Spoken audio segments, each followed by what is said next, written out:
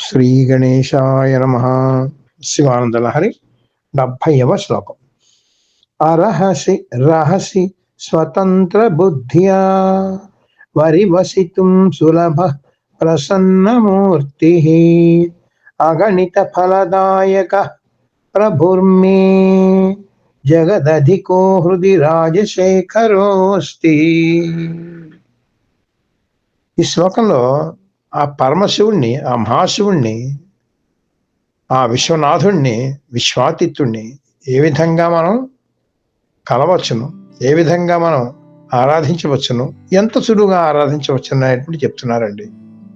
ఎందుకంటే మనకి ఈ లోకంలో చూసుకుంటే ఒక సామాన్యమైనటువంటి అధికారిని లేకపోతే ఒక స్థానిక నాయకుడిని కలవాలంటే ఒక అపాయింట్మెంట్ తీసుకోవాలి, వాడి గురించి వెయిట్ చేస్తూ ఉండాలి, ఎన్ని పాటలు పడాలి. వాడేమో అంత మనం గంటల తరబడి అక్కడ వెయిట్ చేసినట్టయితే ఓ నిమిషాలు 2 నిమిషాలు మాట్లాడతాడు. మనం చెప్పింది వాడు వినొచ్చు, వినకపోవచ్చు, ఎన్ని బాధలు మనం లోకంలో పడాలి. కానీ ఈ లోకాధీశుడు, జగదాధీశుడు అయినటువంటి ఆ రాజశేఖరుడు అయినటువంటి శివుణ్ణి మనం ఎంత సులువుగా ఆరాధించవచ్చో ఈ శ్లోకంలో చెప్తున్నారండి. దానికి చూసారా ఎటువంటి విశేషణాలు వేశారు. జగదధికో, ఈ జగత్తంతా ఆయన ఉన్నాడు, జగత్తుని మించి ఆయనే ఉన్నాడు. అంటే ఏంటి? విశ్వనాథుడు ఆయనే, విశ్వాతీతుడు ఆయనే. ఆయన ఎవడు? రాజశేఖర, రాజుల్లో రాజు, రారాజు. అటువంటి వాడు ఆ రాజశేఖరుణ్ణి మనం ఏ విధంగా చేయొచ్చును అంటేట అరహసి, ఎటువంటి రహస్యం లేకుండా బహిరంగంగా కూడా అనమాట, ఆ విధంగా కూడా నువ్వు ధ్యానించవచ్చు. రహసి, రహస్యంగా అంటే అంతరంగా కూడా ఆయన్ని ధ్యానించవచ్చు అన్నమాట. అంటే స్తోత్రాలతోటి, కీర్తనలతోటి, బాహ్య పూజలు కానీ లేకపోతే ఉపాసన ధ్యానం అంటే ఆంతరంగిక పూజలు కానీ ఏదైనా చేయవచ్చును. ఏంటి అదే అరహస్య రహస్య, రహస్యం లేకుండా బహిరంగంగా కానీ రహస్యంగా అంతరంగంగా కానీ ఏ విధంగా ఆయన చేసినప్పుడు కూడా పర్వాలేదు, ఒప్పుకుంటాడు ఆయన. మళ్ళీ నీ ఇష్టం వచ్చినట్టు ఆయన ఆరాధించవచ్చు. స్వతంత్ర బుద్ధియా, ఇలాగే చెయ్యాలి, ఈ విధంగా చేస్తేనే ఆయన పొందుతావు అనేటువంటిది ఏం లేదు. నీ ఇష్టం వచ్చినట్టు నువ్వు కబుర్లు చెప్పచ్చు ఆయనతో. ఆయన కానీ కలిసాడంటే ఒకసారి ఆయనతో నీ గోడంతా చెప్పుకోవచ్చు, రహస్యంగా అయినా అరహస్యంగా అయినా సరే అనమాట. అది ఆ విధంగా ఆరాధించుకోవచ్చు. అలా చేసినట్టయితే ఆయన ఏమవుతట? సులభ ప్రసన్నమూర్తి. ఆరాధించుకోవడం ఎంత సులభం, ఆయన ప్రసన్నత కలిగించుకోవడం అంత సులభం అనమాట. నువ్వు అంత సులువుగా అంటే బహిరంగంగా కానీ అంతరంగంగా కానీ స్వతంత్ర బుద్ధితో కానీ ఏ విధంగా ఆరాధించుకున్నా కూడా ఆయన ప్రసన్నుడైపోతాడు అనమాట. ప్రసన్నుడై ఏం చేస్తాడు? అగణిత ఫలదాయక, అగణిత అంటే లెక్క కన్నా ఫలాన్ని ఇస్తాడు. నువ్వేదో ఒకటి కోరుకుంటే ఆయన 10 ఇస్తాడు, నీకు తెలియకుండా ఇస్తాడు. అంటే దాన్ని అదృష్టం ఉంటారు. అంటే మన దృష్టికి కూడా అందనటువంటి కొన్ని భోగాలు ఆయన కలిగించగలడు అనమాట. అగణిత అంటే ఏంటి? ఏది ఇచ్చినప్పుడు కూడా లెక్క కంతుంది, ఇవాళ ఉంటుంది మళ్ళీ రేపు పోతుంది. అంటే అన్ని పరిమితులు ఉంటాయి. కానీ అగణిత అంటే పరిమితి దాటిపోయింది, అమితమైనటువంటిది. ఏమిటి? శాశ్వత ఆనందం అనేటువంటి మోక్షం కూడా ఆయన ఇస్తాడనమాట. అందుకని సులభమైనటువంటి, మితమైనటువంటి, పరిమితితో కూడినటువంటి ఆరాధన చేస్తేనే ఆయన అమితమైనటువంటి ఫలం ఇస్తున్నాడు అన్నమాట. ఏది మనం పొందినప్పటికీ కూడా అన్ని కూడా ఒక పరిమితిలో ఉంటుంది, ప్రతిదానికి ఒక లెక్క ఉంటుంది కదండి. ఇక్కడ అసలు లెక్కే లేదు, అగణిత. ఆయన ఇచ్చేటువంటి ఫలం అనేటువంటిది లెక్క లేనంత ఇస్తాడు అన్నాడు ఫలం అనమాట. ఆయన మరి ఎంత గొప్పవాడో తెలుసాడు. మరి సామాన్యుడు ఆయన. జగదధిక, విశ్వనాథుడు, విశ్వాతీతుడు. విశ్వంలో ఉన్నవాడు ఆయన, విశ్వానికి అతీతంగా ఉన్నవాడు ఆయన, విశ్వానికి కారకుడు ఆయనే అన్నమాట. ఆయన రాజశేఖర, రాజులకి రాజు, రారాజు ఆయన అన్నమాట. మరి అలాంటి వాడు ఎక్కడ ఉంటాడండి? ఆయన అడ్రస్ ఏమిటండి? అది తెలుసుకోవడం కష్టమేమో అంటే కాదు. అది ప్రభు మే హృది అస్తి అన్నమాట. అటువంటి గొప్పవాడు ఎక్కడో లేడు, నా హృదయంలోనే ఉన్నాడు. ఏం చేయాలి మరి పట్టుకోవాలంటే ఆయన కొంచెం సేపు కళ్ళు మూసుకొని నువ్వు బయటకు కాకుండా నీ లోపలికి నువ్వు వెళ్ళు. అంటే అంతర్ముఖ సమారాధన చేసినట్లయితే నీ లోపలే ఆయన ఉన్నాడు, ఎక్కడో వెతుక్కోకలద్దాయా బాబు ఆయన. అందుకని అటువంటి ఆ రాజశేఖరుణ్ణి నువ్వు చేసుకోవాలి అంటే బయట ఎక్కడ వెతకక్కర్లేదు, నీ లోపలే ఉన్నాడు అనమాట.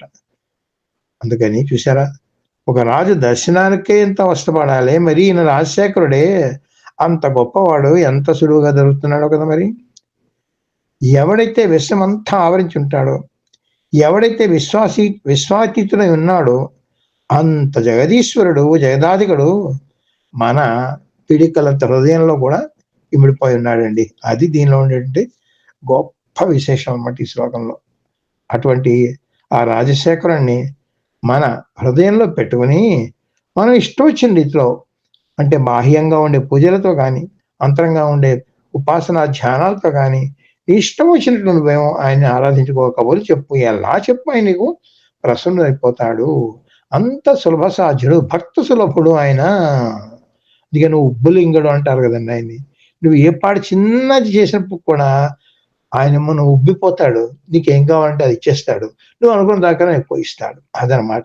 ఇది భక్తిలో ఈ సేవ అనేటువంటిది ఏ విధంగా చేయాలనేటువంటిది చక్కటి ఈ పుష్పితాగ్ర అనేటువంటి ఛందస్సుతోటి ఈ శ్లోకంలో చెప్పారు. మరొక్కసారి ఆ శ్లోకం చూద్దాం. అరహసి రహసి స్వతంత్ర బుద్ధ్యా వరివసితుం సులభ ప్రసన్నమూర్తి అగణిత ఫలదాయక ప్రభుర్మే జగదధికో హృది రాజశేఖరోస్తి. తర్వాత 72వ శ్లోకంలో ఏం చెప్పారో కూడా మనం చూద్దాం. ఇప్పుడు ఈ 70వ శ్లోకం అయ్యాక శివానంద లహరి 71వ శ్లోకంలో భగవత్పాదులు ఏం చెప్తున్నారో మనం ఒక్కసారి చూద్దాం. ఇప్పుడు శివానంద లహరిలో ప్రతి శ్లోకం కూడా ఒక సాధనేనండి. దీనిలో ఏం చెప్తున్నారంటే, భక్తుడు భక్తి కలగక ముందు వాడు ఎంత పాపాత్ముడైనా సరే, ఎంత దుష్ట బుద్ధి కలవాడైనా సరే, ఒక్కసారి భగవంతుడిని ఆశ్రయిస్తే, అంటే శివుడిని ఇక్కడ ఆశ్రయిస్తే ఆ శివుడు వాడిని ఆదరిస్తాడు, హక్కును చేర్చుకుంటాడు, వాడి పాపాలన్నింటిలో కూడా దగ్ధం చేసేస్తాడు. కానీ పాపాలని దగ్ధం చేయడంలో ఈ భక్తుడి సాధన కూడా ఉండాలి.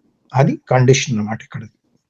ఇదే భావన మనకి భగవద్గీత 9వ అధ్యాయంలో 30వ శ్లోకంలో చెప్తారు. అపి చేత్సు దురాచారో భజతే మామనన్యభాక్ సాధురేవ సమంతవ్యః సమ్యక్ వ్యవసితో హి సహ. సుదురాచార, ఎంత దురాచారుడైనప్పటికీ కూడా, అంతకుముందు భక్తి కలగక ముందు అటువంటి వాడు ఒక్కసారి నన్ను అనన్య చింతనతో భజించినట్లయితే, ఆరాధించినట్లయితే వాణ్ణి నేను సత్పురుషుడిగానే పరిగణించి వాణ్ణి నేను ఉద్ధరిస్తాను అని ఒక గ్యారంటీ ఇస్తున్నాడండి. చూసారా, ఈ అష్యూరెన్స్ మనకి ఎంత ధైర్యాన్ని ఇస్తుందండి నిజంగా. అంటే మళ్ళీ పాపాలు చేయమని మాత్రం కాదు, ఇక్కడ ప్రోత్సహించడం కాదు. ఇది పాపాలని కట్టిపెట్టేయాలి, ఉన్న పాపాలను నిర్మూలించుకోవడం సాధన కూడా చేయాలి. ఎందుకంటే చాలా మంది చూడండి ఏం చేస్తారు, అయ్యి బాబాయ్ నేను పాపాలు చేశాను, నా పాపానికి నిష్కృతి లేదు అని బాధపడిపోవడం కాదు, ఉన్న పాపాలు ని కూడా కడిగేసుకోవచ్చు. ఆ మార్గం చూపిస్తున్నాడు ఈ 71వ శ్లోకంలో. ఆ శ్లోకం ఒక్కసారి చూద్దాం. ఆరూఢ భక్తి గుణ కుంచిత భావ చాపయుక్తై శివస్మరణ బాణ గణైరమోఘై నిర్జిత్య కిల్బిషరిపోన్ విజయీ సుధీంద్ర సానందమావహతి సుస్థిర రాజ్యలక్ష్మీ. ఎంతో చాలా చక్కటి భావన, అత్యంత సులభమైనటువంటి భావన అండి. ఇక్కడ ఏంటంటే 3 చెప్పాయండి ఆయన. ఇప్పుడు ఒక ధనస్సు ఉంటుందండి, ఆ ధనస్సుకి ఒక అల్లెతాడు ఉంటుంది, బాణం. ఈ అల్లెతాడు బిగించి ధనస్సు ఎక్కుపెట్టి బాణం అనేటువంటి వేయిస్తేనట్లయితే ఏమవుతుందన్నమాట, ఆ బాణం వెళ్ళి శత్రువుని ఎదుర్కొంటారు. ఇదే కదండి ఇక్కడ మామూలుగా ఉండేటువంటిది. అది ఇక్కడ ఏమిటి చెప్తున్నారంటే చూసారా, ఆరూఢ భక్తి అంటే భక్తి శిఖరాలను అధిరోహించినటువంటి సుధీంద్ర, మంచి బుద్ధి కలవాడనమాట. అంటే వాడు అంతకుముందు బుద్ధి ఎలా ఉన్నా సరే ఇప్పుడు వాడు మంచి బుద్ధి కలవాడేనమాట. అటువంటి సుధీంద్రుడైనటువంటి వాడు భక్తిలో పరాకాష్ఠకు వచ్చినట్టయితే వాడు ఏమిటంటే శివ భావన అనేటువంటి ఒక ధనస్సు పట్టుకోవాలి వాడు. శివ భక్తి అనేటువంటి అల్లితాడేమో దానికి కట్టాలట. శివ స్మరణ అనేటువంటి బాణాలు వేయాలటండి. వేసినట్లయితే ఆ బాణాలు వాడికి అంతకుముందే చూసిన పాపాలైనటువంటి శత్రువులను వేసినట్లయితే ఈ బాణాలతో ఆ శత్రువులందరూ కూడా సంహరించబడతారటండి. అప్పుడేమవుతుంది, వీడి మంచి శుద్ధి పొందుతాడు. శివుడు వాడిని దగ్గర తీసుకుని వాడిని అక్కున చేర్చుకుంటాడు అని చక్కటి భావంతో ఇక్కడ చెప్పారండి. దాని ప్రతిపదార్థం ఒకసారి మనం చూద్దాం. సుధీంద్ర అంటే మంచి, ధీ అంటే బుద్ధి, మంచి బుద్ధి గలవాడు అంటే వాడు అంతకుముందు బుద్ధి ఎలా ఉన్నా పర్వాలేదు, కానీ ఇప్పుడు మాత్రం మంచి బుద్ధి గలవాడయ్యాడు వాడు. ఆరూఢ భక్తి, వాడు ఏమిటి, వాడు భక్తిలో భక్తి శిఖరాన్ని అధిరోహించినటువంటి వాడు అనమాట. అటువంటి వాడు ఆరూఢ భక్తి అంటే మాట నిశ్చలమైనటువంటి పాదుకున్నటువంటి భక్తి అనమాట. గుణకుంచిత అంటే ఏంటన్నమాట, గుణం అంటే తాడు అనమాట. అల్లె తాటి చేత పంచబడిన అంటే ఆరూఢ భక్తి అయినటువంటి అల్లె తాడు అనమాట. భక్తి అయినటువంటి అల్లె తాడుంటుంది, దాంతో వంచాలుతుందండి. భావ చాపయుక్తై, శివ భావన అనేటువంటి ధనస్సు యందు దాన్ని పెట్టాలన్నమాట. ఆ అల్లెతాడిని శివ భావన అనేటువంటి ధనస్సుకి కట్టాలి. కట్టినట్లయితే అప్పుడు దానికి అమోఘై శివ స్మరణ బాణగణై అంటున్నారు అనమాట. అమోఘము అంటే వ్యర్థము కానటువంటిది, విఫలం అవనటువంటి, ఎట్టి పరిస్థితుల్లో కూడా ఏ బాణం కూడా వ్యర్థం కాదనమాట. అది శివస్మరణ బాణగణై, శివస్మరణ అనేటువంటి బాణముల గుంపు. చూసారా, ఒక బాణం కాదు, ఎన్ని ఉన్నాయండి శివస్మరణ అనేటువంటివి.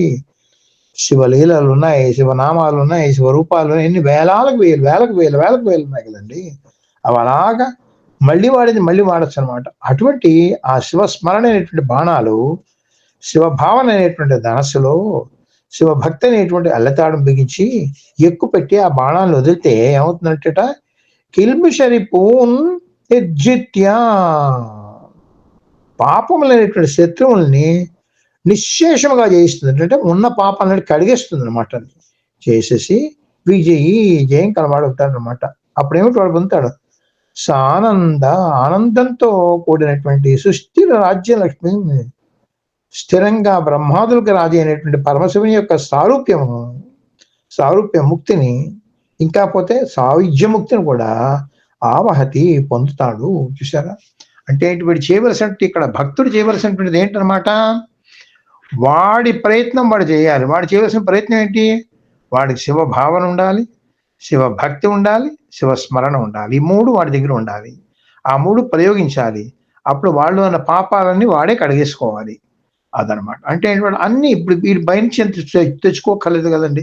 శివభావన ఎక్కడైనా కొనుక్కోవాలా, ఇదో ఆయుధం వాడికి. శివభక్తి ఎక్కడైనా కొనుక్కోవాలా వాడు. అలాగే తీసుకుంటే బాణాలు ఎక్కడైనా కొనుక్కోవాలా, అన్ని ఇక్కడ ఉన్నాయి వాడికి. అందుకని ఆరూఢ భక్తి అన్నాడు, సుధీంద్ర అన్నాడు. చూసారా వాడిని. అందుకని ఆ శివభావన అనేటువంటి ధనస్సుకి శివభక్తి అనేటువంటి అల్లితాడు కట్టి శివస్మరణ అనేటువంటి బాణం ఎక్కువ పడితే మొత్తం ఎన్ని పాపాలు గొట్టలుగా పేరుకుపోతే, దూది పింజల్లాగా పెద్ద దూది కుప్పల్లాగా పేరుకుపోయినప్పటికీ కూడా ఒక్క బాణం అగ్ని కణం అయిపోయి మొత్తం వాటిని దగ్ధం చేసి పారేస్తుందటండి. అదనమాట. అటువంటి వాడిని అలా కానీ నువ్వు ప్రయత్నం చేసినట్లయితే శివుడు వెంటనే నేను ఆదరిస్తాటండి. అది ఇక్కడ చెప్తున్నాను అనమాట. ఆదరించి ఏం చేస్తాడు ఆయన, మామూలుగా ఇటువంటి ఫలితం కాదు ఆయన. సానందమావహతి సుస్థిర రాజ్యలక్ష్మి, ఇంకా స్థిరంగా ఉండేటువంటి రాజ్యలక్ష్మి అంటే మోక్షలక్ష్మి. ఆ మోక్షలక్ష్మిని అక్కడ మనం ఆయన ఇస్తున్నాడు అని చెప్తున్నాడు. ఎంత ధైర్యాన్ని ఇస్తున్నాడండి, చూశారండి నిజంగాను. అందుకని మళ్ళీ పాపాలు మాత్రం చేయకుండా ఉన్న పాపాలను కడుక్కునేటువంటి మార్గం ఇక్కడ మనకి చక్కగా మనకి చెప్తున్నారనమాట. అందుకని చెప్పేసి ఇటువంటి ఆ శివ భావన మనం పెట్టుకుని, శివభక్తి మనలో ఉంచుకుని, శివస్మరణ అంటే శివస్మరణ అనేటువంటి నామం, రూపం, ఎన్నేనో ఉన్న స్తోత్రాలు అనేటువంటివన్నీ కూడా దగ్గర పెట్టుకుని వాటితోటి మనం చేసుకున్నట్లయితే పాపాలు ఎంత గుట్టలు ఉన్నప్పుడు కూడా ఒక అగ్నికణం వాటిని కాల్చి పారేసినట్టుగా మొత్తం కూడా దగ్ధం అయిపోతాయి అని చెప్పేసి చెప్పారు. ఈ భావన అంతా కూడానండి ఉపనిషత్తుల్లో ప్రణవో ధనుహు అనేటువంటి ఈ కఠోపనిషత్తు, ముండకోపనిషత్తులో ఉంటాయి ఇవన్నీ కూడా అన్నమాట. ఉపనిషత్తులు అందరూ చదువుకోలేరని చెప్పేసి ఆ ఉపనిషత్తు సారం అంతా చిన్న చిన్న శ్లోకాలు పెట్టేసారు చూసారండి. ఈ శ్లోకం నిజంగాను ఆ వసంత తిలకం అనేటువంటి ఛందస్సులో పెట్టారు. అత్యంత మహా చిన్న శ్లోకం, కానీ ఎంత ఉపనిషత్ సారం దీనిలో పెట్టారో చూసారా అది. ఆ శ్లోకం ఒకసారి చదువుదామా? ఆరూఢ భక్తి గుణ కుంచిత భావచాపయుక్తై శివస్మరణ బాణగణైరమోఘై దిజ్జిత్య కిల్బిషరిపూన్ విజయీ సుధీంద్ర సానందమావహతి సుస్థిర రాజ్యలక్ష్మీ. అటువంటి భక్తి మార్గం మనకి ఉపదేశించినటువంటి ఆ శంకర భగవత్పాదులకు సాష్టాంగ నమస్కారం చేస్తూ నమశివాభ్యాం. మన మోహనవాణి కార్యక్రమాలు మీకు నచ్చినట్లయితే వెంటనే ఒక లైక్ చేయండి, అలాగే కామెంట్ చేయండి, ఎక్కువ మందికి షేర్ చేయండి. సబ్స్క్రైబ్ చేసుకోకపోతే వెంటనే మన ఛానల్కి ఇప్పుడే సబ్స్క్రైబ్ చేసుకోండి. ధన్యవాదాలు.